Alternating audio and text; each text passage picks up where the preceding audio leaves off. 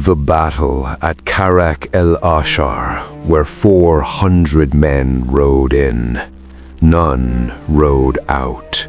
The battle lasted 6 hours. History does not record it. History records only that the army moved on, and that one man impossibly walked out of that valley 3 days later with no wounds on his body. What happened at the well that night was witnessed by no living man, but it changed history forever. What happened afterward was witnessed by everyone.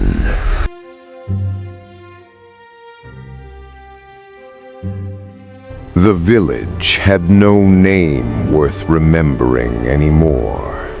Whatever it had been called before, whatever mothers had whispered it to children, whatever merchants had scratched it into ledgers, that name had burned away with the rest of it. Now it was simply the place where the army had passed, and passing had unmade it entirely. Sir Aldric of Ashbourne lay face down in the dirt, and the dirt was wet. He had stopped thinking about the pain. Pain was a language his body had been screaming in for so long that it had become meaningless noise, like wind, like the buzzing of the flies that had already found the men around him. His left leg was shattered below the knee.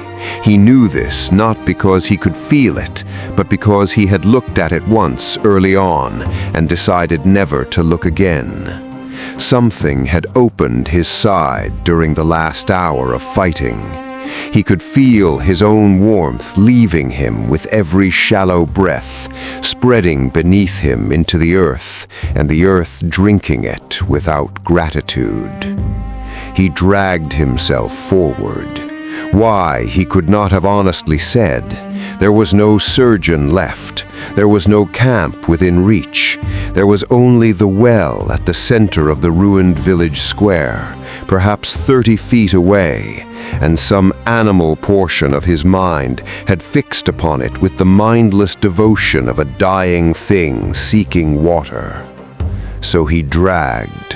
His fingers clawed the dirt. His one good elbow dug and pushed. The bodies of his brothers lay around him like a field of broken statues, their faces turned in every direction, their eyes asking questions of the sky. The gates of the village, the roar, the horses screaming louder than the men. Flash, Brother Thomas beside him, laughing about something. Thomas was always laughing, and then not laughing, then simply gone, between one heartbeat and the next, as though God had reached down and erased him like a mistake on parchment. Flash, his own sword in his own hand, and the feeling, God forgive him, the terrible electric feeling of purpose, of being exactly where the world had always been drawing him toward, a feeling so ugly and so honest he had never spoken of it to any priest. The well was 10 feet away now. He stopped. Not by choice. His arms simply gave out, and he lay with his cheek against the cooling ground and listened to the blood move through him, slower and slower, a river finding its delta, spreading out, going still. So this is the place, he thought. This is the last place.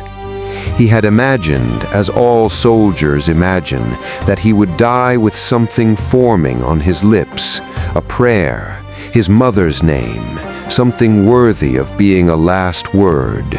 Instead, he felt only a profound and terrible blankness, a door closing in a room he hadn't finished living in. The shadow arrived without footsteps. Aldric became aware of it the way one becomes aware of a smell, gradually, Then, all at once, and with the immediate certainty that something had fundamentally changed about the air. He turned his head with immense effort, grinding his cheek against the dirt. The figure stood beside the well. It did not stand the way men stand. It occupied the posture of standing, the way a wolf occupies the posture of sitting. Technically correct, fundamentally wrong. Every line of it communicating that this was a creature that had chosen this form the way a man might choose a coat. It was dark in a way that had nothing to do with light. Dark in the way that certain deep water is dark. Dark in the way that certain thoughts are dark.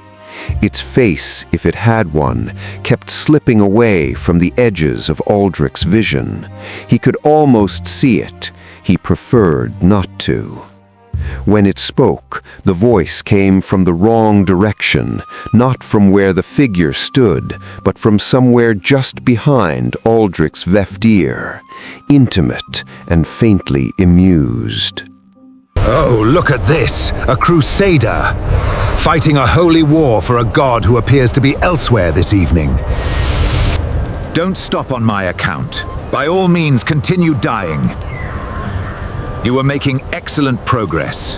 I'd say another 20 minutes. 30 if you're stubborn. You smell like a stubborn one. What are you?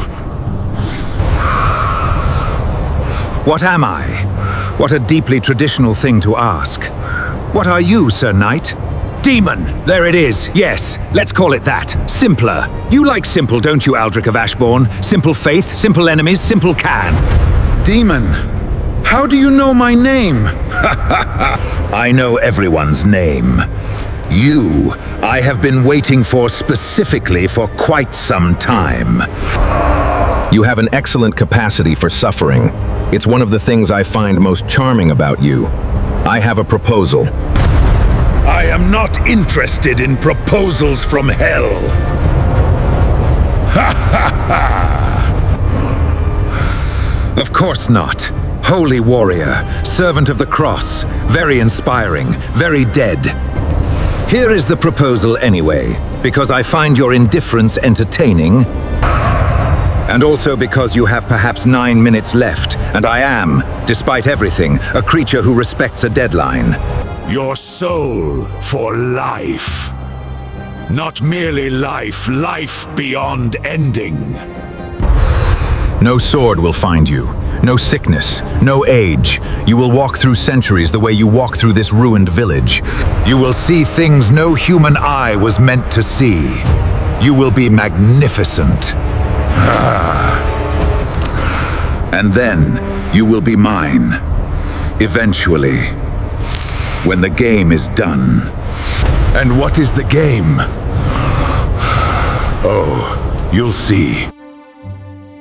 The silence stretched. Aldric thought about God. He thought about the genuine and uncomplicated faith he had carried from England, the faith that had seemed so obvious in the green fields of Ashbourne, so perfectly matched to a world that had appeared to confirm it at every turn.